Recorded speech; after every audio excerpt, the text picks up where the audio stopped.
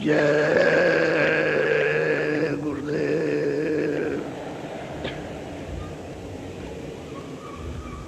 जय गुरुदेव। जय गुरुदेव। जय गुरुदेव नाम किसका?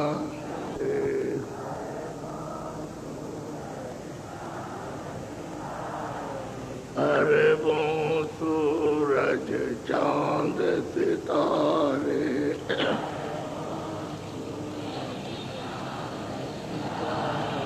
रोम रोम में करें उजारे।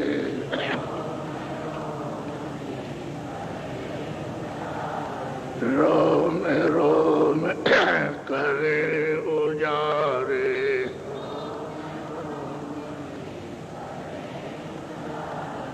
अलख पुरुष करतार तुमको लाखों प्रणाम।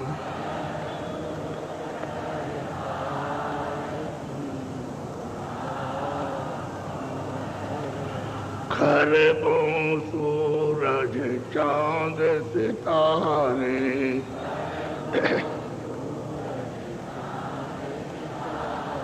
खरबों सूरज चांद सितारे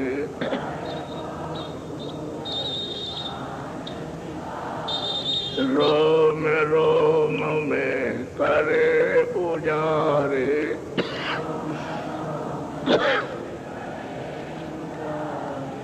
अगर पुरुष करतार तुमको लाखों प्रणाम।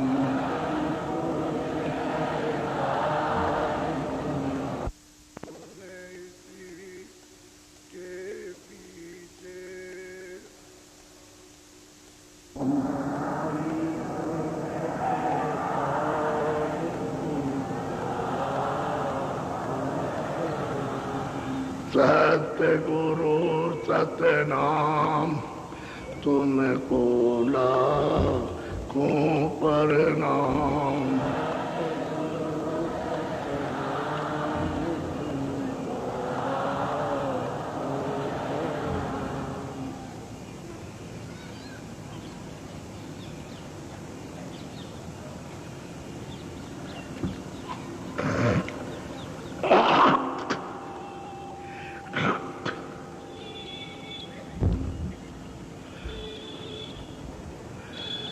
बच्चे और बच्चियों देवी पुरुषों, अभी आपको प्रार्थना सुनाई है कि सतगुरु सतनाम। वो तो सतपुरुष में जिनका नाम सतनाम है, उनका तो ये सब कुछ रचा हुआ है। ये सब उन्होंने बनाया और किसी ने बनाया। ये सारी रचना लोगों की और ब्रह्मांडों के सतपुरुष ने की है। और उन्होंने अपने देश से सतलोक से मसाला निकाल के बाहर कर दिया।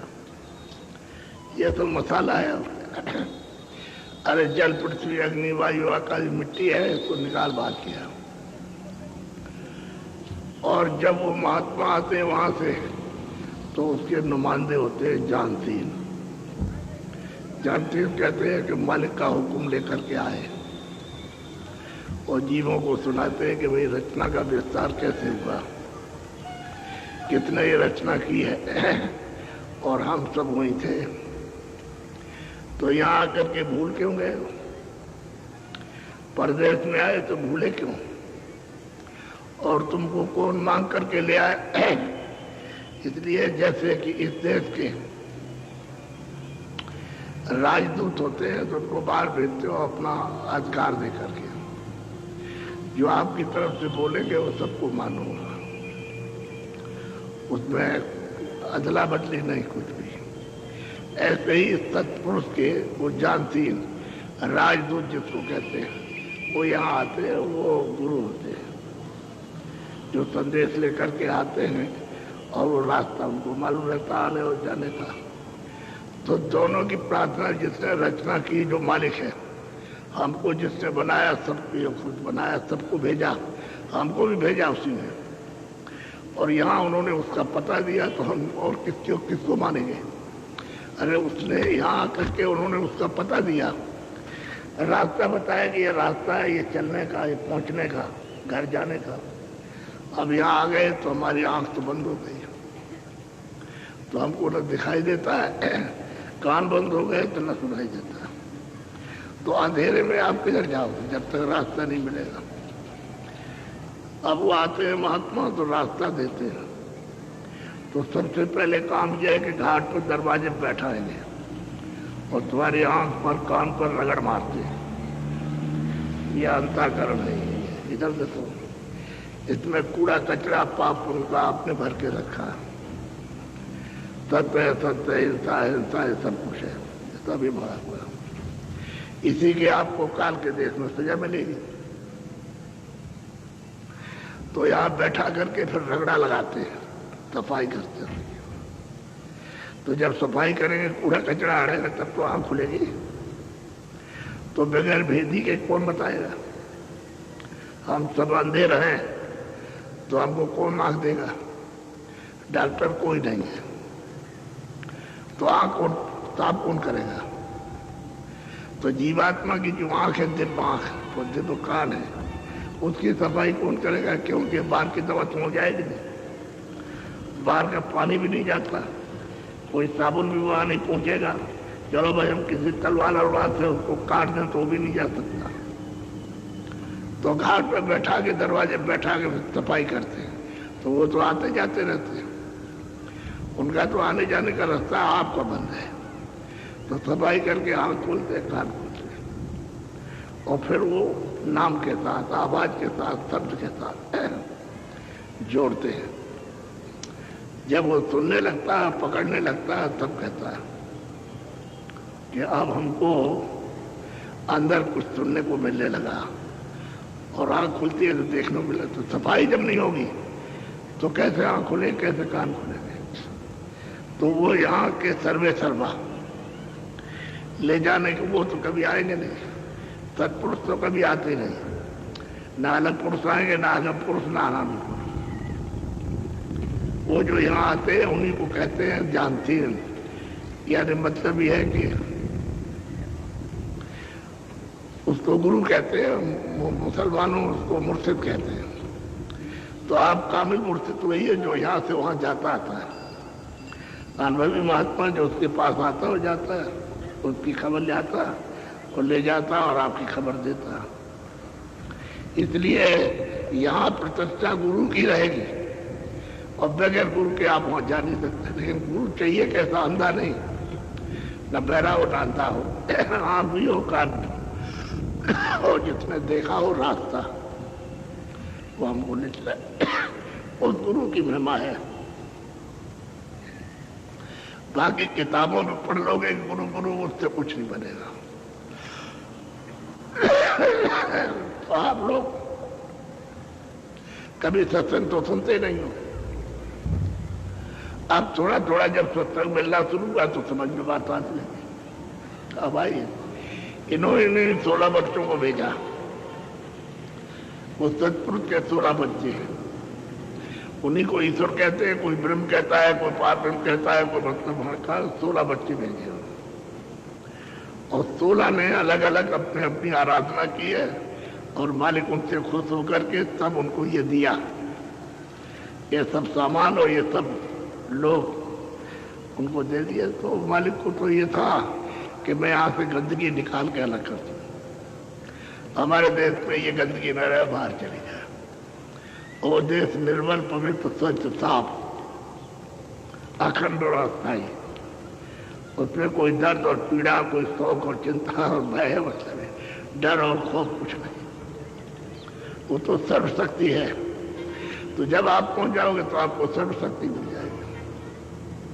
अभी आपके पास कुछ नहीं है, तो जब आपको शक्ति का बल नहीं मिलेगा, ताकत कैसे मिलेगी जीवात्मा को? जब कृपा और दया होगी तभी आपको ताकत मिलेगी। तो कलयुग में रास्ता खोला, पहले युगों में नहीं था।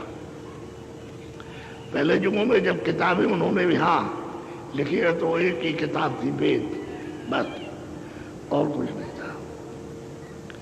उसी किताब के आधार पर आप अच्छा और बुरा, ये स्वर्ग मिलेगा, ये काम करने से वैकुंठ मिल जाएगा, इस काम करने से तुमको इसका दर्शन होगा, इससे ये दर्शन हो जाएगा, तुमको ये लोक मिलेगा, तुमको ये लोक मिलेगा। क्योंकि स्वर्ग वैकुंठ में 14 लोक हैं, उसको 14 भवन कहते हैं। मुसलमानी शब्दों में 14 तबक। तो अब अलग अलग लोक में अलग अलग, तो ये लोग मिल जाएगा, तुमको ये मिल जाएगा, ये करोगे तो मिल जाएगा, और तुम अच्छा और काम नहीं करोगे तो तुमको यहाँ का सामान मिलेगा। जैसे माल राज मिल गया, धनीमानी हो गए, विद्वान हो गए, रूपवान हो गए सब, और तुम गंदे काम करोगे तो तुमको 84 भेजा जाएगा, नरकों में भेजा जाएगा। पर यह है, यही है। तो आप तो कोई स्वर्ग में जाने की तो साधना नहीं करते हो, और कैसे जा सकते हो? जब दरवाजे में बैठे हो और वहां जाने की साधना नहीं करते हो, कोई रास्ता नहीं चलते हो, कोई आपको पहुंचाने वाला नहीं मिलता, तो कैसे जाओगे? बातों से तो पहुंच नहीं जाओगे। अब बात करते रहो कि बम्बई ये है, मतलब ये है, ये ऐसा है, और आप जाओगे नहीं तो क्या बम्बई आप पहुंच गए या आपने देख लिया? नहीं। अब वो घर है, आपको यहाँ से जाना है। जैसे वहां से उतारे गए हो वैसे ही आपको चढ़ाई करके जाना, अपने घर में पहुंचना। तो उसके लिए गुरु चाहिए, सर्वशक्तिमान गुरु चाहिए जो चढ़ा के ले चले। हमारे पास तो बल पौरुष नहीं है, हम तो कमजोर हैं, निबरने तो दुर्लभ है। तो सही बात यह है कि आप उसमें ये सोचते हैं कि सतगुरु और सतनाम ये किधर से आ गया, ये हमारी किताबों में तो नहीं है। तो है सब किताबों में महात्माओं ने लिखा है, एक तो नहीं हजारों, समझ गए। लेकिन जो पहले की किताबें उसमें नहीं है, उसमें ये कोई नाम नहीं है, न वो ईश्वर का नाम है, न ब्रह्म का नाम है, पार्वती का, और जिसने ये सब कुछ बनाया उसका भी नाम है, ऊपर का नाम है ही नहीं। वो जानते, लेकिन जो अभी 700 वर्ष के अंदर आए उनकी सब किताबों में लाखों लोग आ चुके हैं, उससे भी ज्यादा आए और उससे भी ज्यादा यहाँ से गए, पहुंच गए, उनको सब मालूम है, बाकी लोगों को नहीं मालूम। बाकी दुनिया इसी तरह से आई गई है, चले जा रहे 84 नरकों में, बस अपने अपने कर्म का फल भोग रहे। आप सब लोग नए हो, यानी इस चीज को सुनने के लिए नए हो। जब उसने विधान मृतलोक का बना दिया कि भाई ये पाप है, पुण्य है, अच्छा है, बुरा है, न्याय अन्याय, तो आपको इस पर सोचना चाहिए था कि अधिकार तो हमको दिया है, उसके हाथ में तो उसने अपने हाथ में कुछ नहीं रखा। क्योंकि उसने देते समय कहा था कि इन जीवात्माओं के रूहों को कोई तकलीफ दोगे तो हम सबको ले लेंगे, तुम अकेले रह जाओगे। अब तुमने तपस्या की, हम खुश हो गए, प्रसन्न हो गए, हम उसके एवज में तुमको ये देते और तुम लोग अपने अपने टेस्ट में मसाला मिला करके बैठा दो उस पर और अपना राज करो, उसे आराम से रखो, तकलीफ मत देना। तो उन्होंने सोचा कि भाई तो बहुत अच्छी चीज है, हम तकलीफ नहीं देंगे। लेकिन सवाल इस बात का जब आए थे तब तो मतलब कोई गुरु नहीं था, कुछ नहीं था, रास्ता खुला था। उस समय में कोई भी गुरु नहीं था, उस समय तो आँख खुली थी गर्भ में, कान खुले थे, सुनते थे, देखते थे, समझी रहते थे। और जैसे ही बाहर आए घर से वैसे ही सज्जुग जोगी सब विज्ञानी सब वापिस हो गए, क्योंकि पर्दा तो कोई था नहीं, पाप पुण्य की कोई गंदगी नहीं थी। ये जीवात्मा यहाँ बैठा थी, बिल्कुल सब उजाले उजाला था, अंधेरे का कोई नाम नहीं।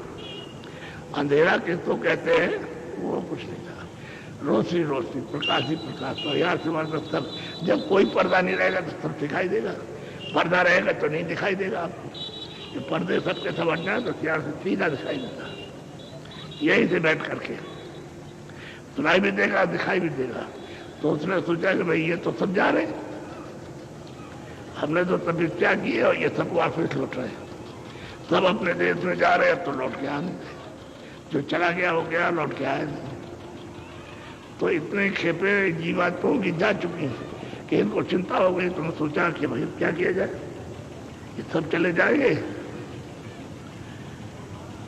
तो हम अकेले रह जाएंगे। तो फिर अगर हम तपस्या करें, मालिक हमसे खुश हो ना हो, और हम अगर कुछ मांगे भी तो हमको दे ना दे, तो हम क्या करेंगे? इसलिए जो गए वो तो लौट के आए नहीं, वो चले गए। अब ये जो बाकी रह गए इनको रोका जाए, बस ये बात है। फिर उसने रोकने का इंतजाम किया, और जब रोकने का इंतजाम कर लिया उसने, पूरा अपना विधान बनवा लिया, और फिर उसने प्रचार किया आपके सबसे।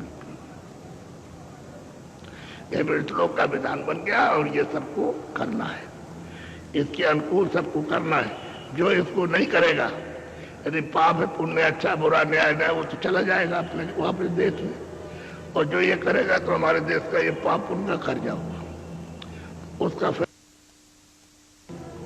तो कहता मैं काल हूं, मैं पाप और पुण्य का फल देता हूं। तो मैं करूंगा, मेरे 4 खाने 84 चूनियां और नरक बनाए, मैं इनमें बंद करूंगा और मृत्युओं का कर्जा वसूल करूंगा। तो आप लोग तो ये समझते नहीं है, क्योंकि यहाँ कभी कहा भी नहीं। इस तरह से जो अभी समझा रहे आपको कुछ नहीं कहा, सत्संग को सुनाते रहे, लेकिन आपको ये बात सबको बताई नहीं। अभी जब हम गए कर्नाटक में तो हमने रास्ते में सुनाया, तब लोगों को ये कि ये तो हमने सुना नहीं था। जो यहाँ से गए उन्होंने भी नहीं सुना, और वहां के लोगों ने तो कुछ सुना ही नहीं, कुछ जानते ही नहीं। तो इनको बताया भाई तुम ये काम करते हो तो ये बोझा लाद रहे हो, अब कब उतारोगे? क्योंकि वो तुमसे तो उतर नहीं सकता, अदा नहीं हो सकता। तुम्हारे पास इतना सामान नहीं कि अदा कर दो। जब पूंजी नहीं रहेगी, किसी से आप उधार ले लो और आपके पास कुछ ना हो तो कैसे दोगे आप? तो मार मार करके लेगा। पहले सोच लो इस बात के लिए, तो छोड़ेगा नहीं। उसने कहा मैं काल हूं, मैं सुबह शुभ कर्म का फल देता हूं, मेरा काम ये है और मैं कुछ नहीं करता। मैंने अधिकार दिया, तो अधिकार दिया उसने आंख से कि आप जो चाहो उसे देखो, अच्छा बुरा, अच्छा बुरा सुनो, अच्छा बुरा बोलो, अच्छा बुरा मन से संकल्प करो, अच्छा बुरा चित्त से चिंतन करो, और अच्छा बुरा बुद्धि से बुरा विचार करो या अच्छा करो, और शरीर से अच्छा बुरा काम करो। उसकी तरफ से कोई बंधन नहीं, आपको स्वतंत्र छोड़ेगा। जब विधान बनाया तो उसी में लिखा हमने आपको आजाद कर दिया, हमारी तरफ से किसी तरह ना हम आपको आदेश देते और ना आपको मनाही करते, जो आप चाहो। बस ये आजादी मिल गई, इससे फंस गए। अगर ये आजादी को किसी तरह हम समझते रहते और समझ करके काम करते तो फिर हम फंसते रहे इस बंधन में। अलग कर्जा लग गया, लाल लिया, तो फिर अब आप दे नहीं पा रहे हो, तो डाल के चारों खाने में मार मार करके लेता है। इससे निकालेगा उससे बंद करेगा, मारेगा उससे निकालेगा उससे बंद करेगा, मारेगा उससे हमारा कर्जा दिएगा। अब वो जो मतलब है कि जो कहा था मालिक ने कि तकलीफ मत देना, तो कहते हमने तो इनको अधिकार दे दिया, हमारे पास तो कुछ नहीं है। हमने सब अधिकार मतलब इनको कर्म करने का, अच्छे बुरे का सब अधिकार दिया। अब ये करते हैं तो हमारे देश का ये नियम है, हम क्या करें? अब नियम बना हुआ है, उसका पालन होता है उसका। तो उसके लिए उसने अपने अपने फरिश्ते, अपने अपने सिपाही, अपने कर्मचारी और जज बैठा रखे। अब वो अब सब न्याय करते रहते, आपको ये सब कुछ पता नहीं, जानते रहते। इसलिए महात्माओं की यहाँ वो आते हैं मालिक का हुक्म लेकर के, आदेश देकर के, और जीवों को यह समझाते हैं, बताते हैं कि भाई रास्ता ये तुम्हारे पास मनुष्य मंदिर में है रास्ता, इसी शरीर से जाता है रास्ता, इसी शरीर में उधरी से आए हो तो उसी से चले जाओगे वापस। एक ही रास्ता सबके आने का, एक रास्ते जाने का, दो रास्ते नहीं। तो जिस रास्ते से आए हो रास्ता भूल गए लोग, हम रास्ता बताते चलो वापस हो जाओ घर। तो नाम डोरी डाल रखी है, नाम को पकड़ो चलो। तो हम उसके पकड़ने में इसमें लग गए। ये काम है, ये क्रोध है, ये लोभ है, ये वो है, ये कार है, आशा है, बच्चा है, ममता है, ये खेल, इसमें लग गए आप। तो समय चला गया आपका। तो आपने डोरी तो पकड़ी नहीं, डोरी महात्मा के कहने से पकड़ लेते तो वापस, अब इसमें फंस गया। अब इसमें लगे मेरा नुकसान तो तुम्हारा होना ही है, तुम कहो तुम्हारा फायदा, जब ये शरीर खाली हो जाएगा नुकसान तो हो गया, फिर तो ये शरीर मिलेगा नहीं। नुकसान तो आपका होना ही है, लेकिन आप कहते मेरा नुकसान हो, तेरा का नुकसान हो जाएगा। अभी सुबह रात को दिन को ये कह रहा सुबह समय पूरा हो जाए, कहा निकलो, तो निकाल बाहर कर देगा, वहां शमशान पर पहुंचा देगा, जला देगा या गाड़ देगा, बात खत्म हो गई। नुकसान तो हो गया, फिर ये मनुष्य शरीर तो नहीं मिलेगा। यह मनुष्य शरीर उसी मालिक के पास जाने के लिए, अपना छुटकारा करने के लिए ही आपको दिया गया कि आप छुटकारा कर लो अपना आपकी बार। इससे तुम सच्चा भजन और वो महात्मा अनुभव भी उनके पास जा करके सच्चा रास्ता आप जान करके और चल दो और घर पहुंच जाओ तो छुटकारा हो जाएगा। यहाँ राजा रैयत किसी का छुटकारा नहीं होगा। जो भी कर्म करोगे उस कर्म करने में आप स्वतंत्र हो और फल भोगने में सब परतंत्र हो। अब आप अपने आप नहीं उसको, वो जो करेगा वही आप।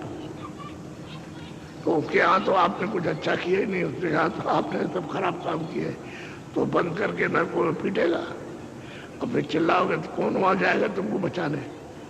कोई भाई, कोई बाप, कोई मतलब ये घर वाला, रिश्तेदार, कोई धन और दौलत, कोई राजपाट सिपाही, कोई जाएंगे? इसलिए आप तो सतगुरु सतनाम तुमको लाखों पड़ रहा। आपने अनमोल मनुष्य शरीर दया करके दिलवा दिया और ये रास्ता बताया, तो हम आप पर निछावर है, समर्पण है आपके ऊपर में। जैसा आप आदेश करो वैसा करें। अब एक तो यह है कि उन्होंने दिया आपको आदेश, अब कहते हो आप जैसा कहो वैसे करेंगे, तो जब करने लगो तो वापिस हो जाओगे, क्योंकि उसका उन्हें आप फल करोगे पाप पुण्य का कि मृतलों का ना आप पाप करोगे ना पुण्य का, तो वापिस हो जाओगे। तो आप उसकी बात को मानो। इसलिए कहते हैं भाई गुरु के हो जाओ, उस महापुरुष के हो जाओ जो वहां से आया, रास्ता सबका बता रहा, सबका भेद बता रहा। अगर तो सबको मानते हैं, ब्रह्मा को मानते, विष्णु को मानते, शिव को मानते, ईश्वर को मानते, ब्रह्म को मानते, पार्वती को और खुदा को भी मानते हैं, घाट को भी मानते, सबको मानते हैं। वो कब कहते हैं कि मैं नहीं मानता? कोई पूजा उसी की पहले कराते, आराधना ही उसकी होती है, तो कैसे कर सकते हो? ईश्वर की आराधना खुदा की नहीं हो रही, उसकी हो रही इबादत, सच्ची इबादत हो रही उसकी। ये जिस्म है, इसमें रूह बैठी हुई है, रूह से सच्चे खुदा की इबादत होगी, वैसे शरीर से जिस्म नहीं होगी। ये शरीर तेरी तो जड़ है, चेतन है, जीवात्मा रूह चेतन है, उससे और सच्चा भजन होगा। तो आप लोग इसको समझते नहीं हो। अब थोड़ा सुनो आप।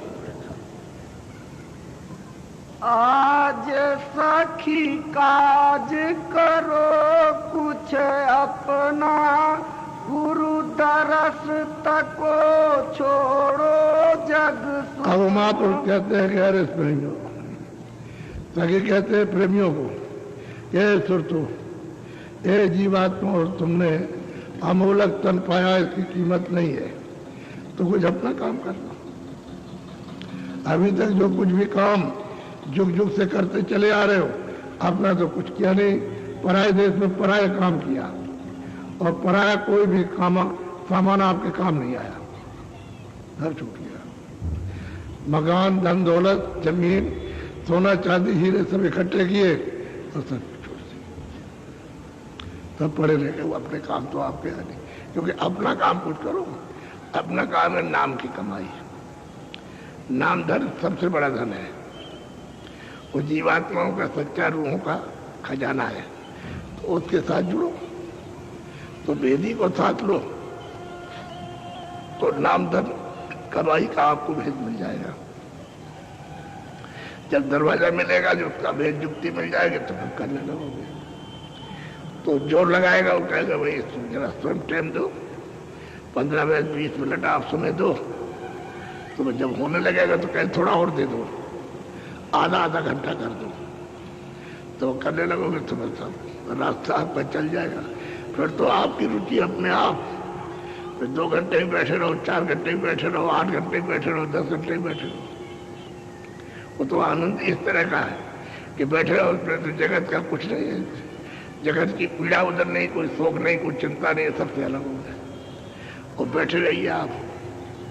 जब उधर से आओगे तभी आपको ऐसा होगा क्या तो अभाव हो जाएगा, इन सब चीजों से घृणा हो जाएगी, असरदा हो जाएगी। इससे प्रेम प्यार नहीं रहेगा। संबंध प्रेम का झूठा था, मोह ममता का टूट गया। अब उधर नाम के साथ में उधर हो गया प्यार, तो आसानी हो जाएगी आपको अंदर जाने। तो महात्मा तो ये काम करने आते ही हैं और क्या, किस लिए? वो नहीं मिलेंगे तो कुछ काम नहीं होगा। तो हमने देखा है उधर मध्य प्रदेश में, महाराष्ट्र में, सब यही कहते गए भाई हमको किसी ने ऐसा नहीं बताया। वैसे तो आपको मालूम होता है कि नई चीजें नहीं है, सनातन ने पहले की है। जब ये विधान नहीं बना था मृतलोक में, वेदों में, तब से पहले यही तो रास्ता था सबके आने जाने के। जब सब कहते हैं महात्मा कि भाई अब सब सज्जुग योगी सबके सब विज्ञानी थे, स्त्री पुरुष सबके सब त्रिकालदर्शी थे, सब रोज जाते थे, बिल्कुल साफ लिखा। और आपके सामने जब किताबें नहीं तो कौन समझाए? आप समझाने वाला, समझने वाला समझाएगा जो पढ़ा लिखा और जिसने देखा। अब वो कोई मिलता नहीं तो आपको बताता है, क्या करेंगे? आप कहते हैं कि अब तो कमाई करना है क्योंकि तुमने कर्जा ला दिया, तो कर्जे को अदा करने की कमाई है। नहीं, पहले कोई कर्जा नहीं था, कोई कमाई नहीं थी। घर में आँख खुली थी, तीसरी आँख, तीसरा नेत्र, तीसरा कान, ये खुला हुआ था। तुम देवबाणी, आकाशवाणी, ब्रह्मवाणी आदि से अंत तक की सुनते थे और वो चढ़ के चले जाते थे, कोई रोक टोक नहीं थी। उस समय कोई कर्जा नहीं था, कोई आवरण नहीं था। अब आवरण हो गया, अब कर्जा लग गया, अंधेरा हो गया, रास्ता नहीं दिखाई देता, आँख नहीं खुलती है, कान नहीं खुलते, तो कैसे होगा? अब ये तो दिन और रात का है, दिन भी स्वप्न है और रात भी स्वप्न है। दिन में देख रहा है तो अंधेरा है, जब रात को सोए तो खत्म। नहीं, जमीन है, मकान है, तुम कहाँ हो, बच्चे कहाँ, कुछ नहीं। फिर आँख खुली तो ये मेरा। जब उधर गए, जब सोने लगे तो वहाँ देखा कि हम राजगद्दी बैठे राज भोग रहे हैं और सब हमारे हुक्म में चल रहे हैं और ये हमारा सुंदर महल है, ये सामान सब कुछ है। और रात खुली तो फिर तुम वैसे गरीब के गरीब। तो दोनों स्वप्न है, इधर भी स्वप्न, उधर भी स्वप्न। ये दिन और रात, यही दिन रात है। दिन और रात चूहे दो तुम्हारी आयु को ऐसे काट रहे हैं। एक आदमी पेड़ पे कुएं में लटका था, लटका हुआ था, तो ऊपर से मधुमक्खी का वो शहद टपक रहा था। तो टपक रहा था तो उसके इधर से आया तो मुंह में आया तो जीभ से उस चाटने लगा तो मीठा लगा। अब वो उसमें भूल गया। वो धीरे धीरे टपकता है, उसको चाटता टपकता है और देर रात रुकी चूहे काट रहे हैं, ऐसे लगे हुए हैं। जिस डाल पर उसको काट रहे हैं, डाल है, ये मनुष्य जो शरीर है डाल है, इसको ऐसे काट रहे हैं। ये दिन और रात ऐसे लगे हुए सब। और जैसे ही उन्होंने डाल कर दी बस धड़ से गिरेगा, सब टूट गया। धड़ से गिरेगा, ये मकान गिरेगा जमीन पर। क्या हो गया, क्या हो? कुछ नहीं। अरे कहाँ चला गया, कहाँ गया, किधर गया, किस तरफ गया, वो यही कहोगे। अब ये खोल पड़ा हुआ है, इसको उठा करके ले जाओ, चाहे कोई दिन रुपये, इसी में आप लगे हुए हो दिन रात। तो तुमको पता नहीं कि हमारी वो आयु इस तरह से काट रहे हैं, खत्म कर रहे हैं। बस उसको काट के गिरा देंगे, तुम रह जाओगे ऐसे। तो ये ऐसे ही चलता है, चलता जाएगा। अब इसी में कोई भागता नहीं। जिसका सौभाग्य हो, बहुत ऊंचे सुकर्म हो, वो तो जाग जाता है, बाकी सब इस्तीफाते रहते हैं, इसी में लगे रहते हैं। तो इसलिए आपको यह अवसर मिला है 5 दिन का। 3 कार्यक्रम तो यहाँ होते हैं, तो इसमें पूरा पूरा लाभ उठाओ आप। बोलो। नहीं पछितई हो सिर धुनी रोई हो, जम की नगरिया अनेक दुख सही हो। अब वो कहते हैं महापुरुष देखो तुम पीछे पछताओगे, वहां कुछ तुम्हारा होगा नहीं, और फिर दोनों रोगे ऐसे करके। और वहां जमपुरी में जब तुमको सजा मिलेगी तो कोई सुनने वाला नहीं। अभी तो मौका है, समय है कि महापुरुषों की बात को सुन लो, जो कहे वो कहो। भाई उतना ही कि तुम कमजोर हो, निभालो, दुर्बल हो, बुद्धि नहीं है, विवेक नहीं है, तो ये थोड़ी कहते हैं कि आप घर बार छोड़ दो, खेती करो, दुकान है, दफ्तर का काम, मजदूरी, ईमानदारी मेहनत के साथ करो और घर में आओ, बच्चों की सेवा करो। अब 2 से आपको संतुष्टि हो गई कि भाई हमने काम भी किया और जो कुछ ले आए हम अपना भी खा रहे, बच्चों को भी खिला रहे, उसके बाद जो बताएंगे ये भजन है, ये रास्ता है जीवात्मा के जगाने का। तो बैठ करके मनुष्य मंदिर में भजन करो सच्चा, तो आप करने लगो। तो दोनों काम बन गए कि ये भी नहीं बिगड़ा और हम कमजोर भी नहीं, धीरे धीरे हम बलवान हो जाएंगे। जब बलवान हो जाएंगे तो ये चीजें, ये सब की जब ड्यूटी है सब छूट जाएंगे, ये सब छूट जाएंगे। वो उनका महात्मा थे काशी में, जब उनको गुरु मिल गए तो दुकान करते थे। जब गुरु मिल गए तो अपना साधन करने लगे, उनके ऊपर दया हो गई तो अंदर का घाट खुल गया, आँख खुल गई, कान, तो चलने लगे। और चलते चलते साधन करते कृपा लेते पहुंच गए। गुरुवार जाने लगे तो उनको आदेश दिया कि देखो जीवों के जगाने का एक काम करना, हमने तुमको ये सब दे दिया, तुम जीवों को जगाना और पहुंचाना घर पर। चले जो आपका आदेश रहेगा। तो दुकान करते थे, उनका नाम तो मतलब ये कुछ और था, लेकिन वो सामान को डंडी से तोलते थे ऐसे। तो बच्चा जाएगा, बूढ़ा जाए, कोई जाए, तो एक दाना भी कम नहीं न जाता। जितना उन्होंने अपने बाल बच्चों का और अपनी मेहनत का जितना उन्होंने रखा, उससे ज्यादा नहीं लेना, तो उतना ही मतलब ये है। तो लोग घर में जाकर के तौले उसको, भाई बूढ़ा गया, बच्चा गया, देखे तो तराजू से उसको तौले तो बिल्कुल सही निकले। तब उन्होंने कहा अरे तुलाराम, तुलाराम के पास जाओ, तुलाराम के वहां चलाओ, वो सामान ठीक देगा। तुलाराम, तोलने वाला तुलाराम, बड़ा प्रसिद्ध नाम हुआ।